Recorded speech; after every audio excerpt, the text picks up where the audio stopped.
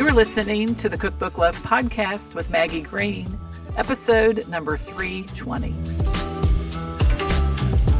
Welcome to the Cookbook Love podcast, a podcast that celebrates cookbook readers, buyers, collectors, writers, and clubs. And now your host, cookbook author, culinary dietitian, and cookbook writing coach, Maggie Green.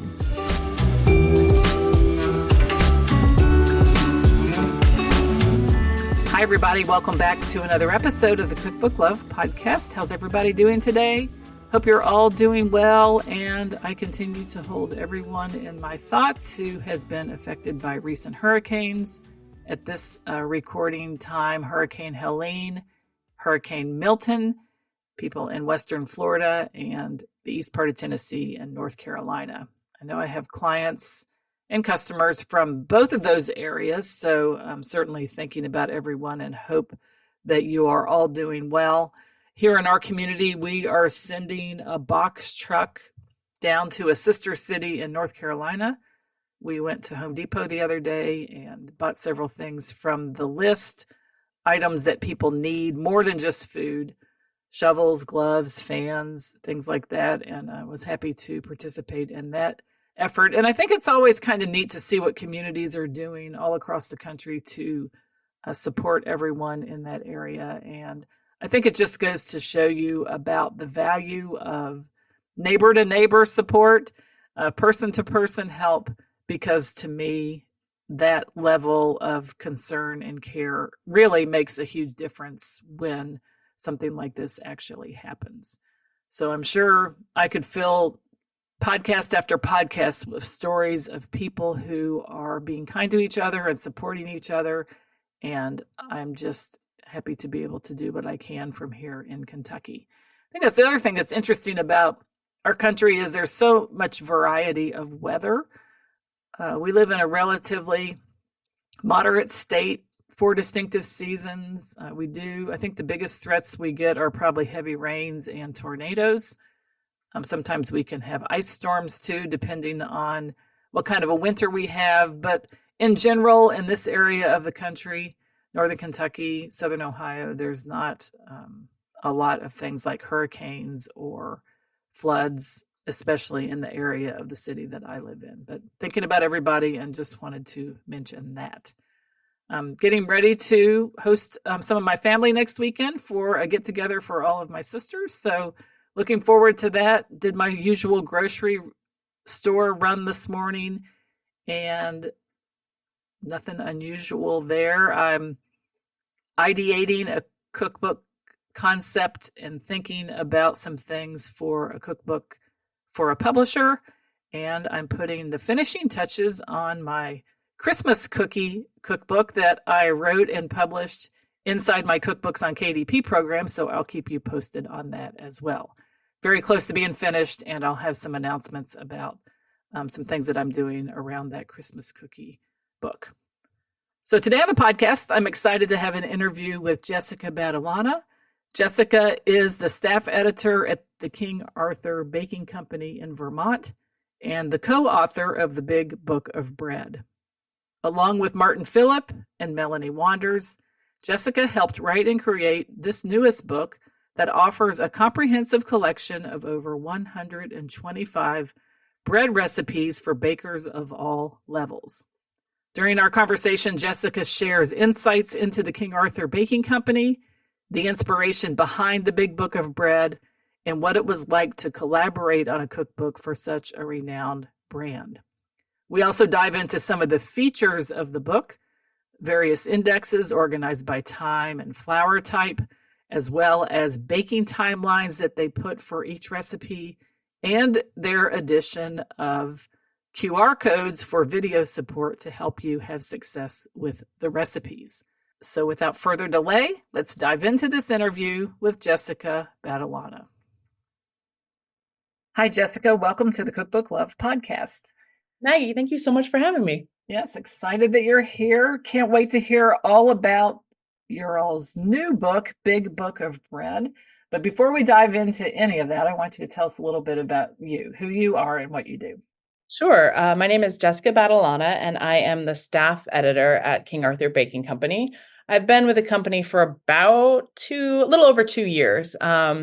And prior to my time at King Arthur, I was a freelance cookbook author and co-author of 10 or 11 other books. And I was brought on to King Arthur to really help launch a more robust cookbook program.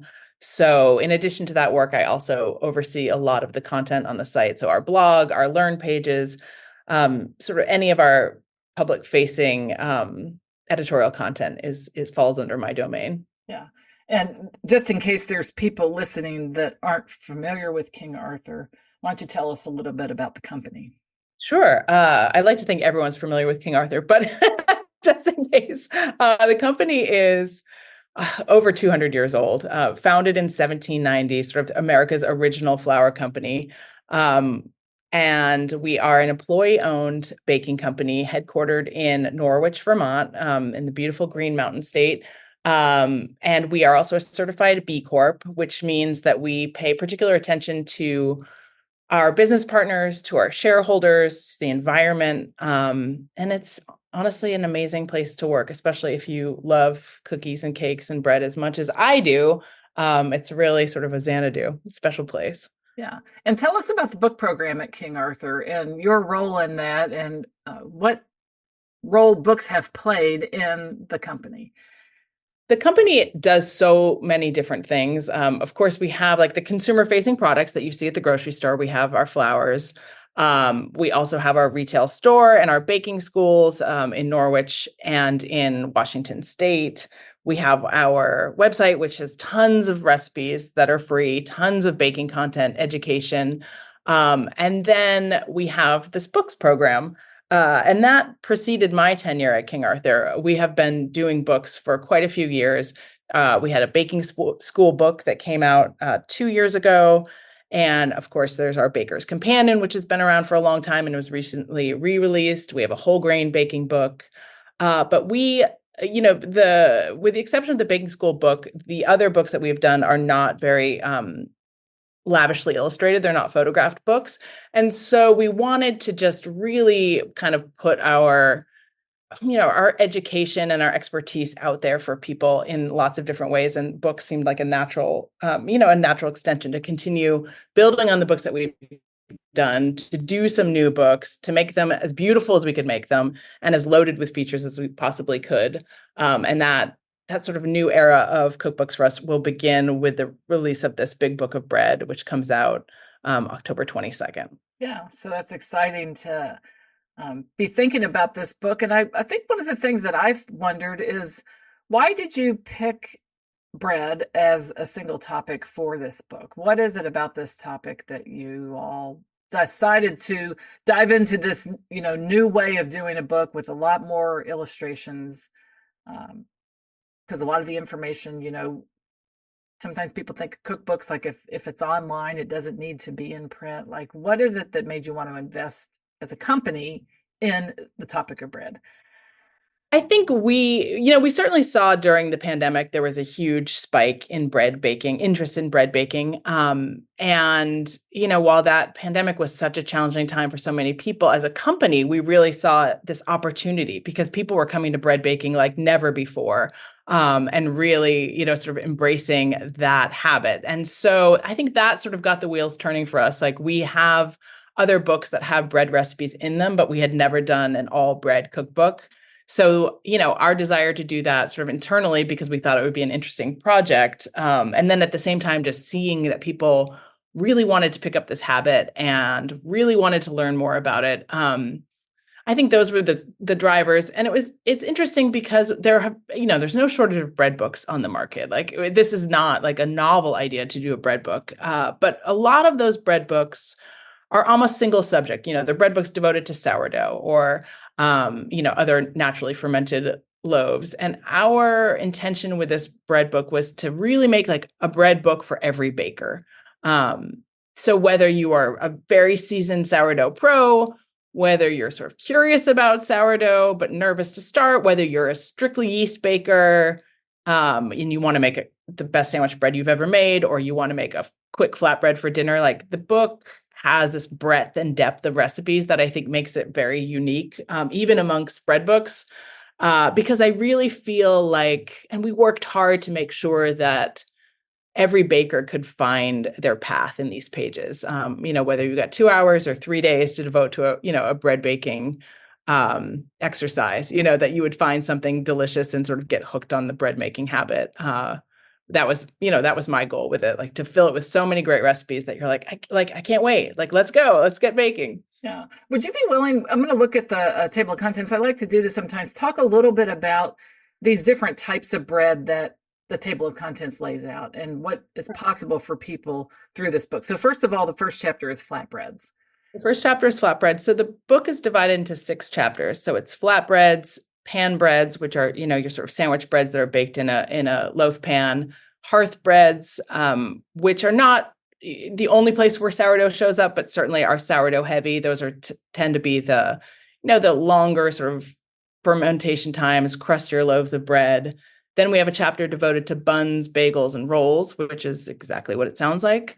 And then one of the favorite named chapter for me is the 5th chapter, which is called Fancy Breads. And we actually had a back and forth with our editor about, should we call this something else? And I just kept saying like, no, I want to call it Fancy Breads. And that chapter has all of the enriched breads. So your brioche and your challah and your, sort of more decadent breads like that. And then the 6th chapter of the book, which again was one that I really advocated for, is called Things to Make with Bread. And it's basically what it sounds like. It's, if you have baked homemade bread and you end up with those bits and bobs, like what can you do with it?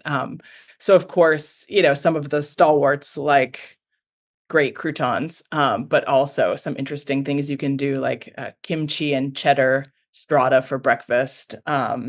So we had a lot of fun just thinking about what to put in the book. In some ways, a book that has 125 recipes seems like tons of recipes. But when you really start to think about it and like try and decide, it was hard to pick. But I think our sort of North Star was to think about breads that could be executed at a really high level at home.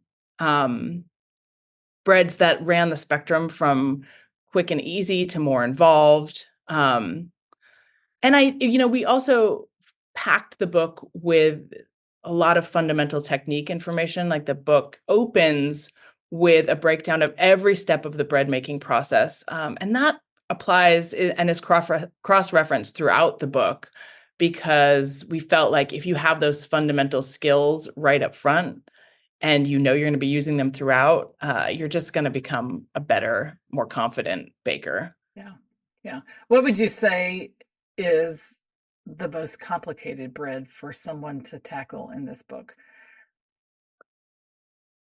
I love all my... In terms of one that maybe like takes more, couple days or, Yeah, I mean, sometimes I think people get hung up on time. They look at a recipe and they say like, oh, this is a 3-day bread recipe. But what they don't see, and what we tried to sort of underscore in the book, is that there are ways of breaking out these breads so that they can really fit in your schedule. So each bread recipe has a timeline at the top.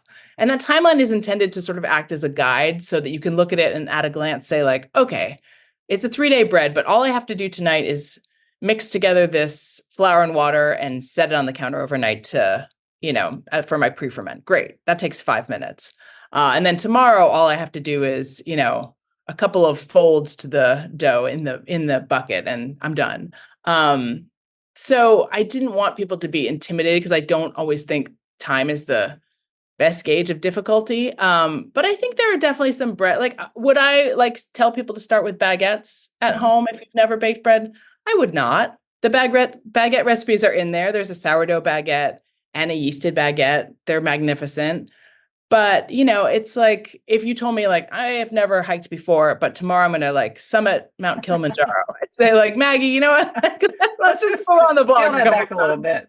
And you and I were speaking about this earlier, just that we sort of say often, all of us, myself and my co-authors, Martin Phillip and Melanie Wanders, as we worked on this book, we would say to one another, that it's not a quest towards perfection, right? That it's like practice makes better is what we always said. And I think for bread making, people get really excited to try it, and then they make their first loaf of bread and maybe it doesn't turn out perfectly. And they think, I can't do it. I'm no good at this. And I'm here to tell you, because I baked my way through this book over the course of 2 years, like I had a lot of ugly looking bread. I mean, a lot of ugly looking bread. And my coworkers, also, like it wasn't all knocking it out of the park every time. And I think, there's something at like the end of a day, like you take, of course, everyone wants the beautiful Instagram worthy loaf. And I promise you can get there with practice. But, I think at the end of the day, you like take off your apron and you put it on your counter and you're like, okay, I'll be back tomorrow. Like it's not a one and done. And I think if you think about bread baking like this journey in that sense, I feel like you're going to be set up for success in a much better way than if you're like, I'm going to start with the baguettes and So yeah, I think we have to be generous with ourselves. I think we do too. And I think that it is something that obviously, doing a recipe more than one time, practicing, trying different things does improve our skills. And that's true for anything that we do. Bread baking obviously is no exception. No, and that's, why we wanted to put in all of that sort of foundational educational technique content at the front, because you see that it gets referenced over and over. And so it's like, oh, okay.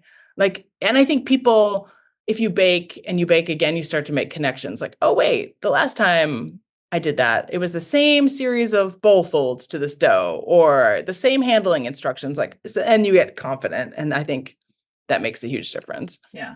You mentioned the timelines. That is a unique feature of this book, that someone could look at a recipe, look at the timeline, and see the places where they would actively have to be involved in a step of the recipe.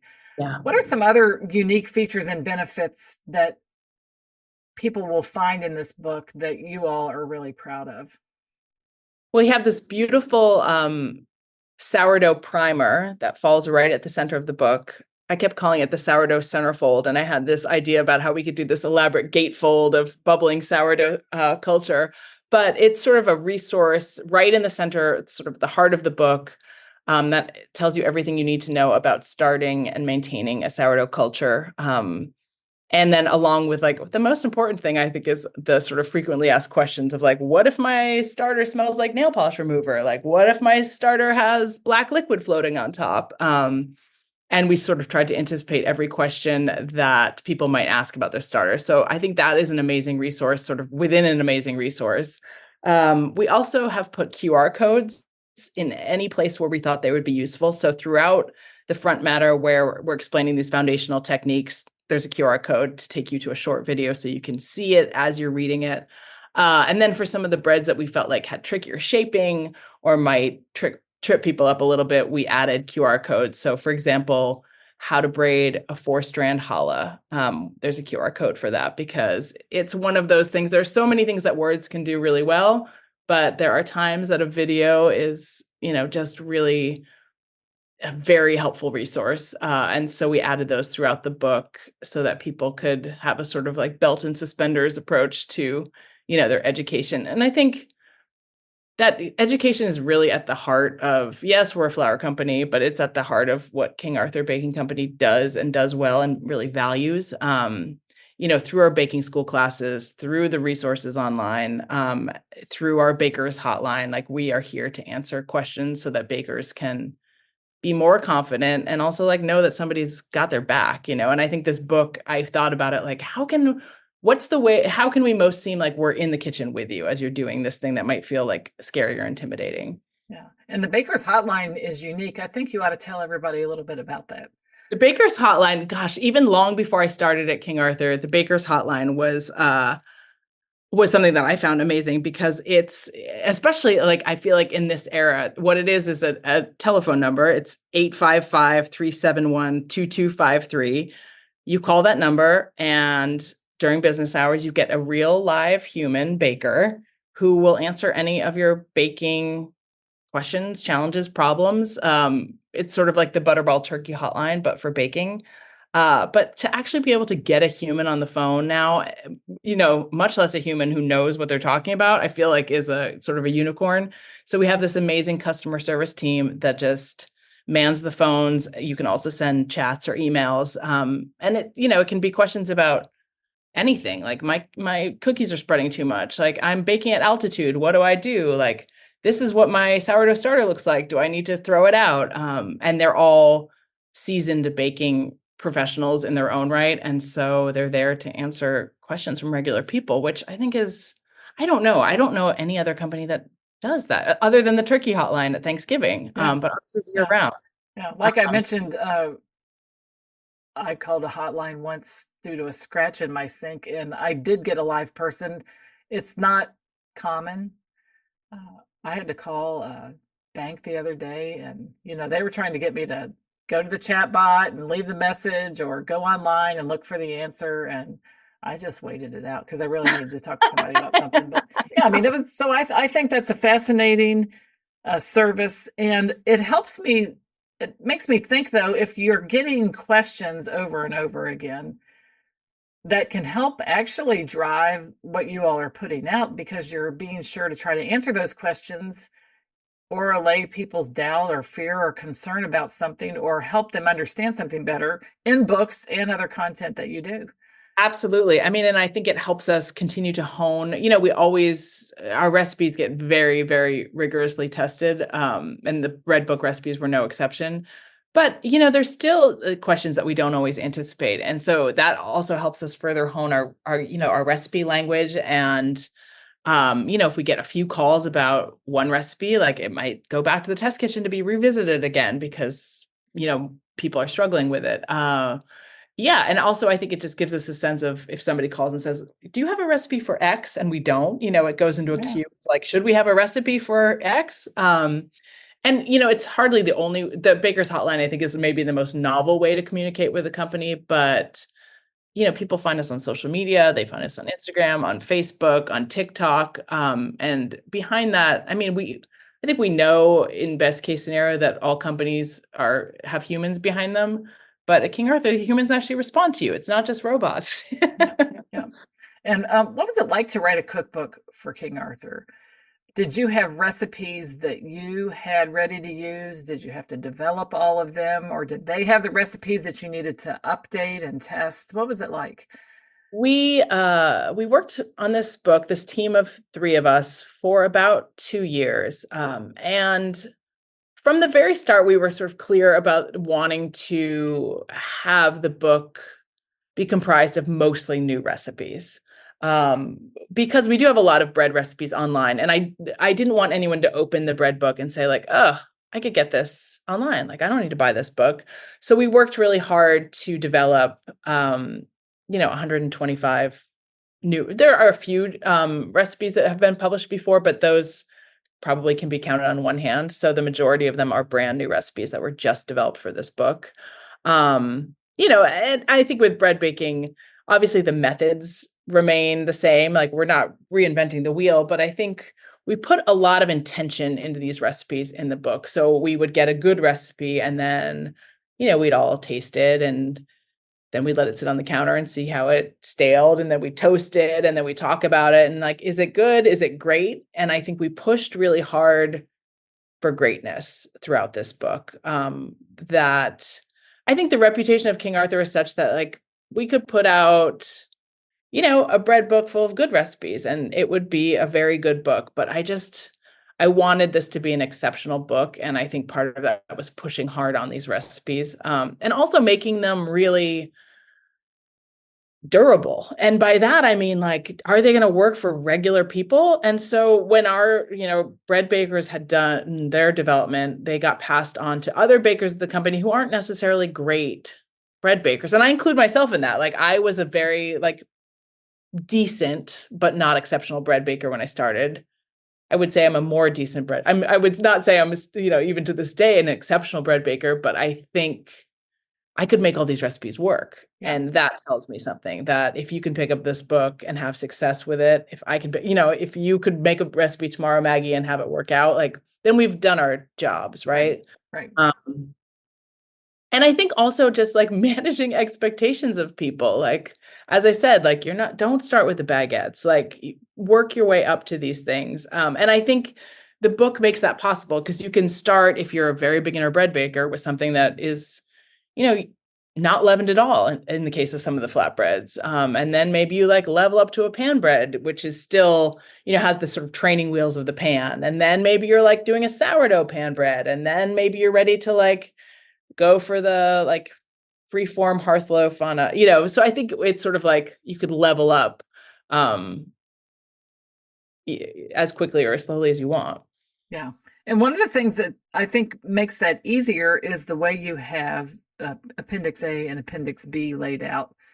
Indexes for the book, one by time and one by leavening.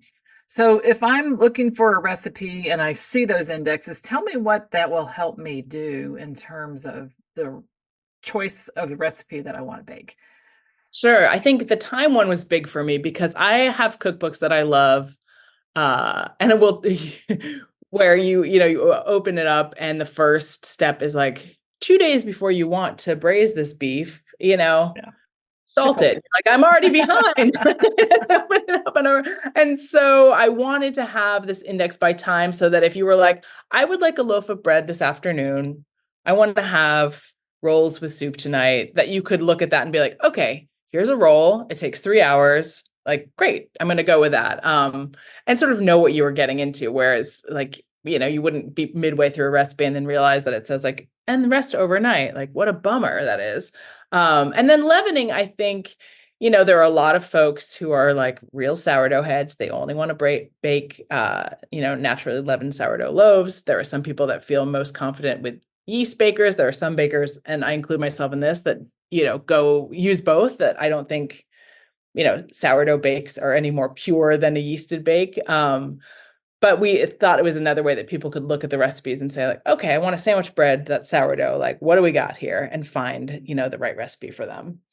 Yeah, and I think it's fascinating. Bread in an hour or less. Focaccia is one of the ones on the list. Yeah, it's the focaccia di Recco. It's a very special sort of stretched, unleavened flatbread from Liguria, and it's made with 00 flour, and then the dough gets stretched almost like strudel, topped with cheese, topped with a second layer of dough, and then drizzled with olive oil and baked until crispy. So it's like, is it a pizza? Is it I don't know. It's delicious, cheesy, addictive snack. Yeah, and an hour or less. Also flour tortillas and chapati. Yeah, which are, and I think that for me is like really the gateway drug too. Like, because flour tortillas made at home are so delicious. They're like really good, flaky, they're aromatic, they're like everything that a store-bought flour tortilla is not. And I feel like if I could get people to make flour tortillas once a week, like I think we did our job, and then maybe that's all somebody will ever make from this book. And that is great. Or maybe they'll flip right to the, preserved lemon and olive sourdough loaf and like be fired up about that. Because I do think, though we have, I think I've talked plenty about how there's entry-level breads here. I do think that if you're a more experienced bread baker, there's still a lot to be gained from this book because there are interesting flavor combinations. There are just like fun recipes that I think are great for people that are wanting more of a challenge, like the pan de cristal, the amazing Spanish style glass bread that has like a paper thin crispy crust and an interior that looks like a spider web. It's sort of a marvel of bread baking. So it's not just, beginner basic breads either. No, 100%. There's a lot. And I think I want to reiterate what you said earlier, is that bread baking may take, some of the times may seem longer, but it's not all active time. It's not all active time. And it's sort of like, roasting a chicken in some ways. Not, the chicken is in the oven, but it's not, and someone needs to be in the house or the apartment or the condo, but there's not like active involvement when the chicken's in the oven. Right. And the same is true for bread. It might say 6 hours, but that doesn't mean that you're like standing there doing something with it for 6 hours. The time that the bread needs is the time that the dough and the sourdough or the yeast needs to like work its magic. Exactly. And I think it's like, you'll see two approaches in the book. There are recipes that use less leavening, but take a longer time to Mm. develop that flavor. Or there are ones that use more leavening and come together more quickly. And I think, we know that time and flavor are related, right? I remember like hearing Mark Bittman say something at one point about like you can choose like the fast meat to cook, like filet mignon, which is, tender but pretty mild, or you can braise something and it's all hands off time and you're going to have that like long developed flavor. And I think it's, there are parallels in bread baking. But my Yeah, I think co-author that's a great one. I think that longer, it's kind of like braising, like bread and braising. Some styles of bread, it's like a very similar type of thing. also a perfect fall activity, it's 100%, like, yeah. and Yeah. my co-author Martin, he has this lovely phrase where he says like, you can fit this bread into the cracks of your day. And I think about that all the time. I think about that now with other cooking too. Like I'll salt a piece of meat in the morning and, to revisit it later for dinner. But I think like the bread that I make the most probably from the big book of bread is our panda campagna. And it's, it's a bread that you mix in the morning, takes 5 minutes. It hangs out all day. Before you go to bed, you shape it and put in its proofing baskets and cover it. It goes in the fridge, hangs out in the fridge all night, and then the next morning, you turn it out and score it and bake it. So yeah, does it take 2 days? Sure, but the active time is probably 45 minutes. So I think, and again, it's like one of those things that the more you bake, the more you'll start to see the way that the bread can fit into your life. Like, Well, it's true that's exactly right and exactly true for anything. If you want to write a cookbook, you find the space in your time during this finite period of time to work on the book. If you want to do your own grocery shopping and not order it, you find the time to do it because it's really like the value that you get out of that activity. You're going to find time to invest in it. and I think, yes, I agree with that totally. And I feel like bread baking is just such a satisfying thing to do. It's like you take flour and water and then you have this, these Yeah, beautiful loaves of bread. And like to give somebody a loaf of bread, they think you're a yeah, magician. they Like for do. that Yeah, reason alone, it's like, you make 2 loaves of penda campagna and you give one to your neighbor and you save one for toast and they will like, they're like, this they'll be is blown away. amazing. Correct. Yeah. So speaking of flour, we haven't really talked about flour. I also heard you mention baskets, like something you might shape the bread in. Talk about King Arthur's role and its visibility and the way people turn to your company to purchase a lot of things related to bread that they might not be able to get in other places. Yeah. So, we have pretty broad distribution of our flours, of our core flours. So our all-purpose flour, our bread flour, whole wheat flour, those can be found in most grocery stores. They can be ordered from kingarthurbaking.com as well. And then on the website, we also sell, I don't want people to think, and I say this in the book, that bread baking is a hobby or a habit that requires a lot of like gearing up, because I feel like that can sometimes feel a little dispiriting where you're like, well, I don't have this and I want to buy this. And what if the habit doesn't stick? And, bread has been baked for thousands of years, long before people had stand mixers. And, so I think there are lots of ways to do this with very little investment. But we do we recommend sort of what we think of as the fundamental toolkit. Chief among those things is a scale, because we think it's as a baking company, we're trying to train people that accuracy is important, and baking using weight rather than US measurements is always going to give you better results. Always, always, always going to give you better results. So I think a scale, if you don't own one, is an investment. But otherwise, I mean, I think people probably have most of the things they need to make bread at home. And we sell obviously things that you would need if you don't have them: loaf pans, proofing baskets for some of these sourdough loaves that, proof in a lined basket, baking steels to bake bread on. But again, I feel like I don't want the tools to be the reason that people don't bake bread, Right. The because barrier. they Right. make great bread with real basic stuff. And then, if as you get hooked, you can always level up, right? It's sort of like you start with the basic thing, and then if you get into it, you can kind of enhance your toolkit. So that's what I recommend. And then, these recipes are formulated they were developed, tested with our flours. And again, all the flours we use in here are the mainstream flours that are available at, most grocery stores, even stores like Costco and BJ's carry, a lot of our flour. And they have a great prices on bread flour there in particular.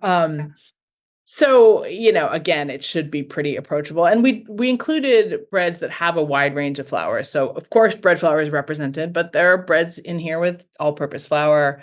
There are whole wheat breads. There are a couple breads with durum flour, but we didn't get too wild and crazy with the flours. I do believe that the quality of your flour is important. And, I'm sure somebody will ask or probably even try to make these breads with, flour that isn't King Arthur flour. We didn't develop them that way. We didn't test them that way. I think we believe really strongly in the quality of our product and that to get the best results, especially when making something that is only 2 ingredients or 3 ingredients, it helps to use the best products.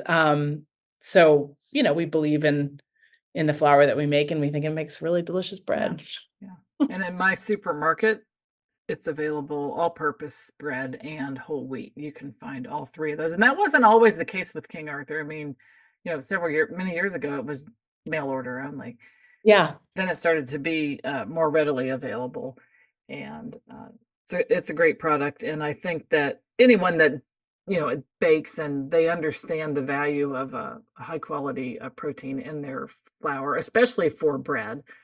I think, and I also think just not having the variability, that our flour is milled to the highest standards in the industry. And also there's just like, we control for variability. So it's like, if you bake a loaf of bread, like there are enough variables in bread baking, like it's the weather, it's the, and so by knowing the flour is not one of them, I think it gives you some confidence to like tackle the things that, you're like, okay, it's humid today, or it's, Yeah, no, I get it. And I think it's totally worth it. And I think you gave a lot of great tips. There's a recipe in here for a giant sticky bun. Oh man, that is a funny story because my poor co-author, Melanie, I came to her one day and I was like, you know what, Melanie, have you ever had one of those sticky buns from like a health food store that's like got some like nuts on it, but it's some whole grain flour mixed in? And, I sort of described this idea that I had of this sticky bun. She's like, well, I don't think so. And Melanie was trained as a pastry chef. So she was like, I don't really know what you're talking about, but like, let me give it a try. So poor Melanie, game as ever, like tried test after test after test of the sticky bun. She was messing around with the flour. She was doing this. And, I would come and taste them. I'd be like, oh, it's not quite what I was imagining. Poor thing. And then she made a sticky bun one day when I was there in the test kitchen. And she was like, try this. And I did. And it was amazing. And she's like, yeah, I just ignored everything that you said. I used my training and experience as a pastry chef, and I made this amazing, like large format sticky bun. So it's baked in a cast iron or skillet or cake pan. And it's sort of like these ribbons of dough that you like spiral around the pan. And it's got this amazing, gooey, nutty topping, and it's like a total showstopper. And she completely proved me wrong. And I should have like not sent her down that terrible path. Sorry, Melanie. You all benefit from it because she has created an amazing recipe. Yeah. The other one is the Japanese milk bread. I've always been fascinated with the egg salad sandwiches that Japan has to offer. If you go to a Japanese area of a large city or you travel to Japan, it's like big thing. Oh. And the milk bread, and the bread is half the beauty of the sandwich. So tell us a little bit about that recipe. Yeah, that's an amazing recipe. So it uses this technique called tengjang, where a portion of the flour is cooked with a portion of the liquid into like a gel paste. And that gelatinizes some of the starch in the flour, which then allows the bread to sort of take on more moisture. So it stays like very it helps with tenderness, so it stays very tender, and it just like keeps exceptionally well for days and days. It's mixed for a long time. This is a bread that we recommend mixing with a stand mixer, just because you really need to develop that dough, because then you get this like amazing sort of feathery crumb, almost like when you're peeling cotton candy apart and you get these like nice sort of feathery pieces. That's sort of what the crumb of this bread is like.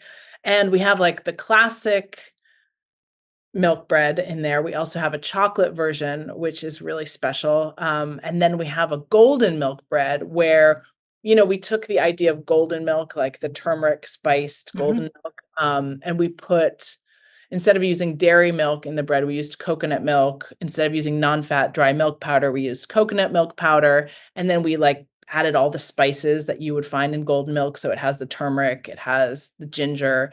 So it's this really amazing sort of sweet, savory, extremely fragrant, very feathery bread with this gorgeous golden color. And then we weren't content to stop there. So we did a tiger milk bread, which is a spiral milk and chocolate loaf. And it's great. In the book, we bake it in a Pullman pan. So it's perfectly square sided. And when you cut into it, it's just got these tiger stripes of black and white. And that probably of all the breads in the book, that is the favorite of my two sons who are 13 and 11. They love that bread just toasted and buttered or made into French toast. Yeah. Speaking of equipment, though, you can't make a square loaf like that without a Pullman pan. I don't have one, but I've often thought if I was ever going to, the next bread pan I would buy would be a Pullman. I think I gotta send you one, Maggie. I think they are, but that is one. There aren't many recipes in the book that call for the Pullman pan. The pan de mie, which is a very fine crumbed sort of white sandwich bread, specifies that pan.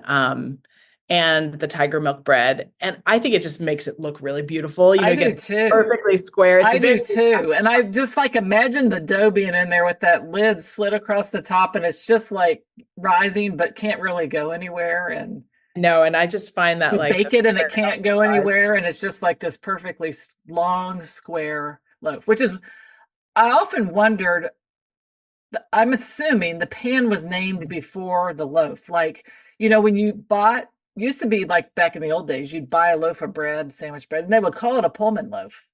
Oh, interesting. But I don't know if it came from the pan or if it came from, and I know they created the pan to create the style of bread. You know what I mean? Probably. And I think the pans, of course, are named after the Pullman train cars, which are the perfectly square. But I bet, I think the loaf probably got named for the pan in which it was baked. And I mean, if you think about it, it's like, it's a sort of a smart design because every slice is exactly the same. You're not going to get any like giant slices in the middle and tiny ends. So you get like a very uniform. But we also have a modification, especially for the tiger milk bread, to make it in a 8.5 by 4.5. We have that recipe online, so that if you are hearing this, a Pullman pan, you're like, I got to make it tonight. You can do it in a loaf pan too, and it will not be quite as spectacular, but still very delicious. Yeah, I'm sure it is. Okay, and one more that I saw that I think sounds fascinating is the buffalo rolls. Oh, yes.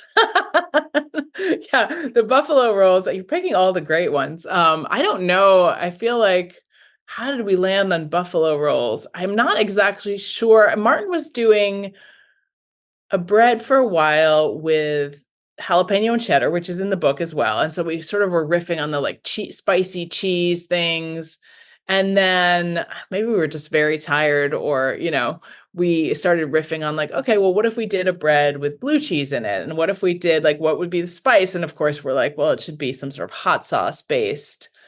I don't know. Was it Super Bowl time? We just like went down this rabbit hole of what we could do with those flavors. And we ended up with these spiraled buns that are fashioned kind of like a cinnamon roll. So you roll out the piece of dough, you put your blue cheese on it, it gets rolled up and cut into, spirals, and then baked like that. And it gets this glaze of, butter and hot sauce. So it's just kind of a fun, and that's what's fun. And I think cheesy, like bread with cheese, like even just a slice of bread with cheese. Of course, you have recipe for like an extremely gooey, like a grilled cheese sandwich made with the bread that's left over, not left over, but you know what I mean. The Yeah. next day, if you need something to do with your bread.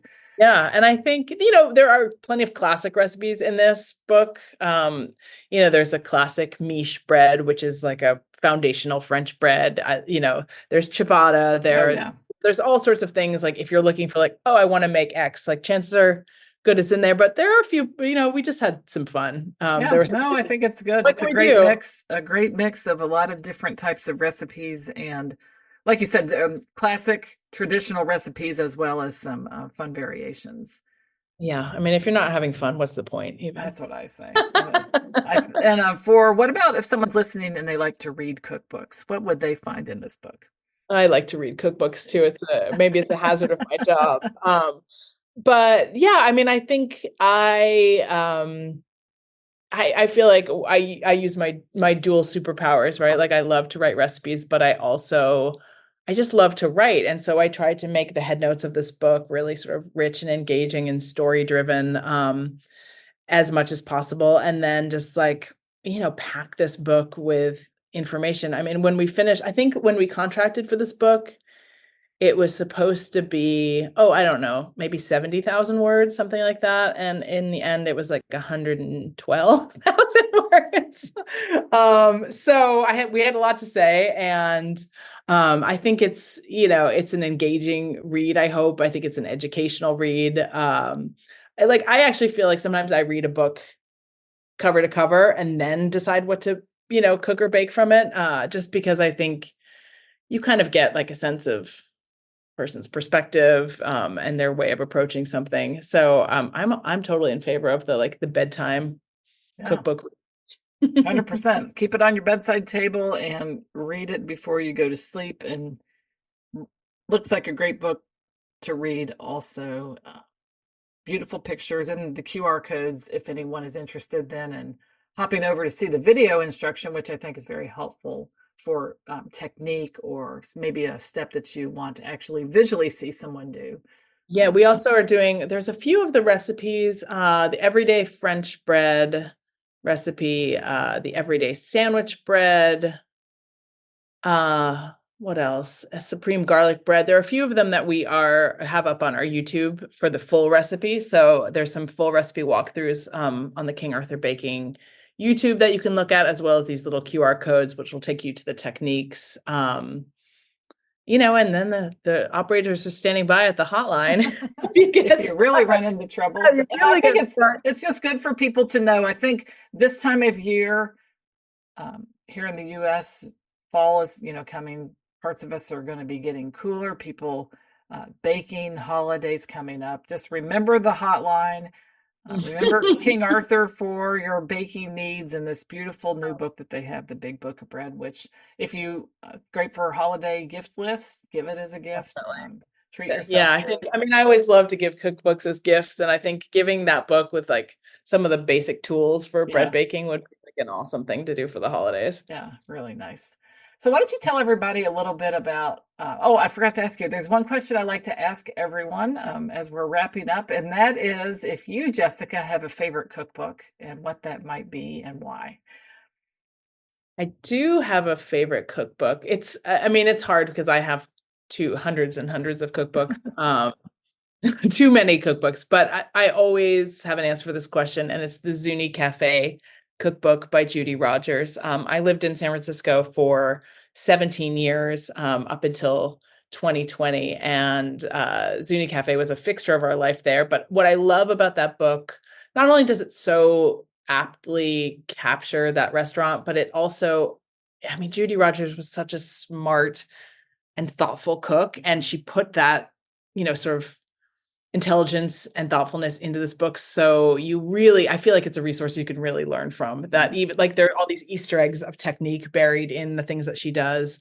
And I would say it's not a book that I actually cook from all the time, but I always dip in and I'm like, oh, what does Judy say to do about this? And, inevitably there's an answer there. And it's a book that for me will never feel dated. And it's what we tried to do with the Big Book of Bread too. And it's challenging, it's to do a book that doesn't feel of a place and time, that feels sort of timeless and classic. And I think that book is a beautiful example of that. And it doesn't even have many photographs. No. You know, I mean, it was her- actually probably written at the time when photos were set in the signature in the book, that's not exactly it. Yeah. not sprinkled throughout. Yeah, I think there's maybe 10 pages of photos in the center, and Yeah. I would ordinarily say that would bother me, but she's such a good writer that it's, you almost don't even need the pictures. So that one is one that I still give to people as a gift all the time. Yeah, it just goes to show you when, as cookbooks evolved and, there were times there was no photos and then photos started to appear in signature. Although the Time Life series, like that came out like in the 70s, they did have highly photographic interiors, but that's because it was driven by the magazines that actually like put them together, which were, a lot of photographs in those as well. Those photographs are wild too. I did over time collect that whole set. And I mean, some of that stuff in those Time Life books is just crazy. It is crazy. It is crazy. My father collected antiques, and I come from a big family, but he always knew like what the little thing that maybe somebody was looking for. I think he kept a list like with him when he was walking around. And so he had the list of the Time Life books. He had the ones that I had. So he was always on the lookout. If he saw them, he'd pull his little list out and That's check amazing. to see. It is amazing. So it was always fun if he was, if I saw him, he'd, give me a copy. He'd say he found it somewhere. And you can still find them. I've talked about those books many times on this show. I think it's a collection that is kind of timeless. It's obviously set in time, but just I agree. In the breadth of what they talked about and the way they took the photos. And sometimes it was landscape photos, sometimes it was highly stylized table settings. It could have been either of those. And yeah, I mean that the photos, I think, yes, look dated now, but I feel like, I mean, and of course tastes change a little bit, but I think the fundamental techniques in those books, I actually years ago pitched an idea of like a sort of a reissuing, like a reimagining of that series.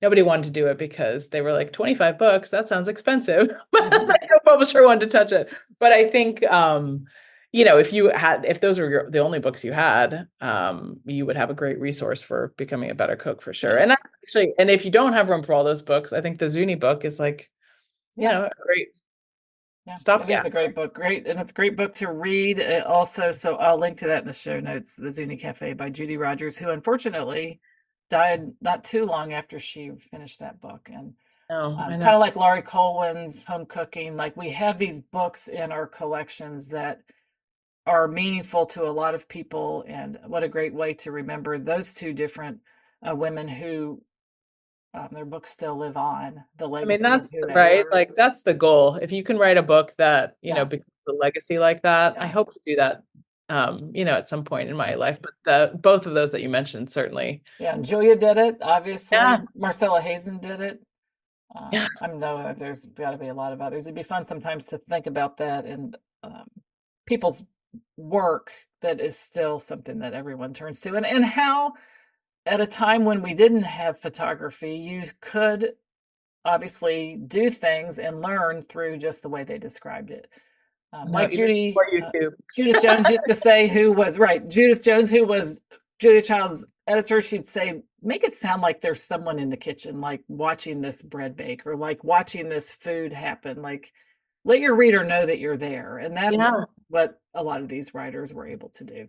And I hope that's what we've done with this book too. It's like, we are here for you. I tried to put myself, I feel like I always wave sort of the white flag of the home cook or the home baker. I really try and think about like, what resources do people need? Like what visual cues do they need? It's like when you are cooking with a good friend and you turn around and they're handing you the salt because they just know that you're going to need the salt. Yeah. And, it's hard work as a writer to do that. I hope that I have succeeded and provided people with what they need to be successful. I think that we have. I think people will enjoy baking out of this book. It looks like they will. So we will link to Judy's book. We'll link to the Big Book of Bread. And why don't you tell everybody how they can connect with King Arthur online? Oh, sure. So of course the hotline, and then the hotline number, let's see if I can remember that off the top of my head. It is, gosh, I don't know if I have it in front of me. Oh, here we go. 855 three Mhm. seven one 2253 is the hotline. Mhm. We are on Facebook, King Arthur Baking. You can find us on Instagram, King Arthur Baking. We're also on TikTok. I'm not on TikTok, but my children want to be on TikTok. And you can also find our videos on YouTube, King Arthur Baking on YouTube. So lots of ways to find our content and also lots of ways to engage with us. And if you leave comments, if you tell us what you're baking from the book, like we would be thrilled to learn and happy to help. Yeah.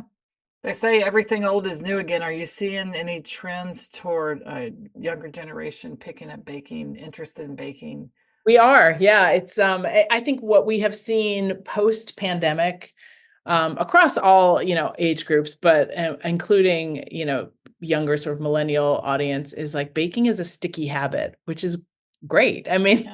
it just like I guess pun intended that once people start baking, they sort of get bitten by the bug. So, and I think that continues like as you have if you have a family, you have more occasions to bake for, more reasons to like bust out the chocolate chips.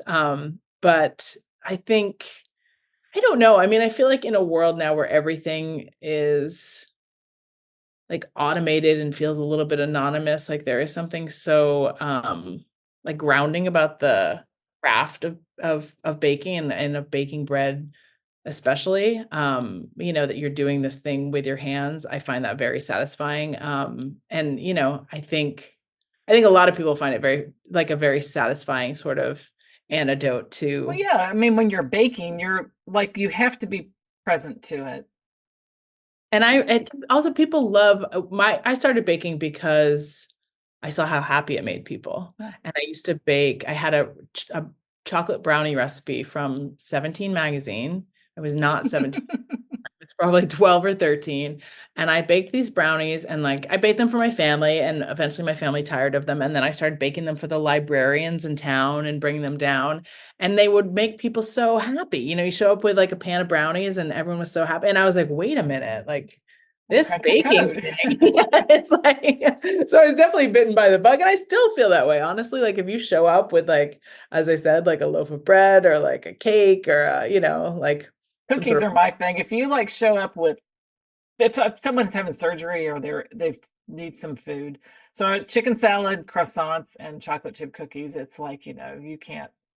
no. And chocolate chip cookies, it's fun to bake them, and And I, everyone I loves them. right, they do, and so and it gets us.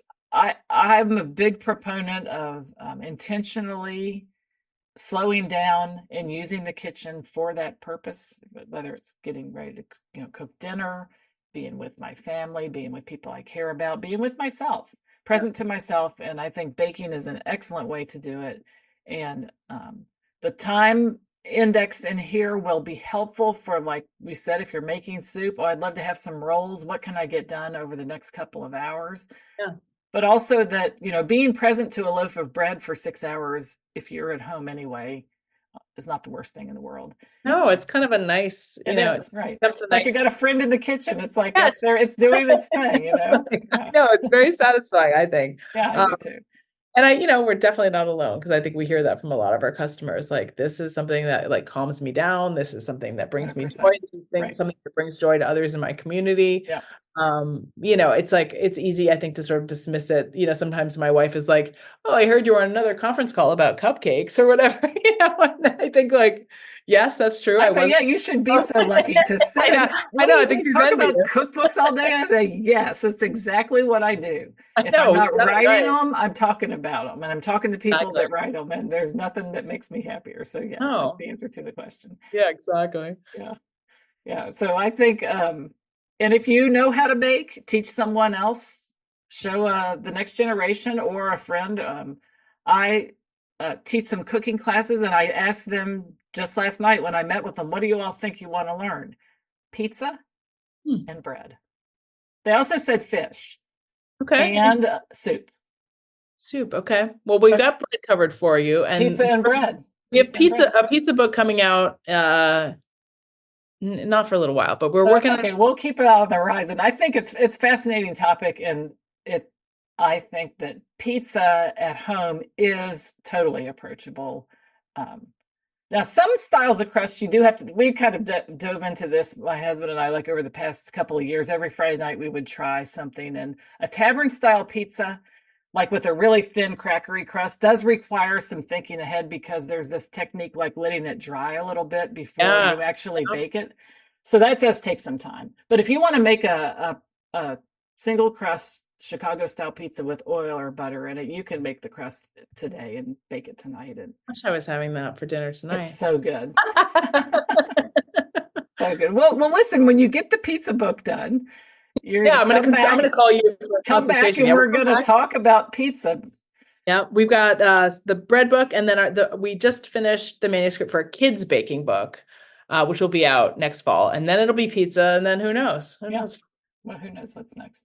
Well, that'll be fun, and enjoy the talking about this book, promoting this book. Enjoy the holiday season with baking on your mind and bread. And it's been terrific to have you on the show. I'll link to all of this in the show notes. And have a great fall and holiday season. Enjoy the beautiful landscape in the Northeast. I shall, and thank you so much for your enthusiasm. And we're going to get a Pullman pan in the mail to you, Maggie. Oh wow, I would love tiger that. milk bread. I got to tell you a funny story. I'm from Kentucky, and bourbon's like the big thing. And I listened to this call-in radio show about sports when I'm cooking dinner, and this guy came on the show and he was talking about bourbon, and he said, I would love to have a bottle of like whatever bourbon he said. I mean, and within like 30 minutes, someone called in and said, I'll do it. So all the hosts of the show were like, is that as easy? Is that all I really have to do is like mention it on the radio and someone's going to like send it to me? So yeah, that would be wonderful. And of course, if I get it, I've got to try the Pullman loaf. And then you're going to, I'm going to expect photos. Yes. I mean, and if you want to send me a bottle of bourbon back, exactly. We'll just swap. I had a guest on a show once, and we got to talking about, sometimes the conversation does end up talking about bourbon. And then she sent me that night, I don't know, I woke up to a recipe for a cocktail that she had like put together, something that she had. And she's kind of an exacting cook and baker, but I thought it was so cute. Like when I woke up the next morning, the cocktail recipe was like in my email box. So meeting people like you who write cookbooks and love the craft of what you do, it's just a joy to interact with, because so many little gifts that just make everybody, and I hope the listeners have told me too, makes them very happy as well. So amazing. Thank you for we're all connected, right? We are all connected, yes. All right, well, have fun, and we'll talk to you again soon. Thanks, Maggie. Thank you so much for joining us today for this episode of the Cookbook Love podcast. Again, all the links can be found in the show notes at www.cookbooklove.co. And if you are interested in writing a cookbook of your own, please check out the free cookbook writing masterclass called How to Get Paid to Write a Cookbook. It is designed specifically for food or nutrition experts, and you can check that out at www.cookbookwritersacademy.com/free. So that's it for today's episode of the Cookbook Love podcast. This is your host, Maggie Green, and until next time, have a great day and keep loving your cookbooks. Thanks for listening to the Cookbook Love podcast. You can find out more information at www.cookbooklove.co.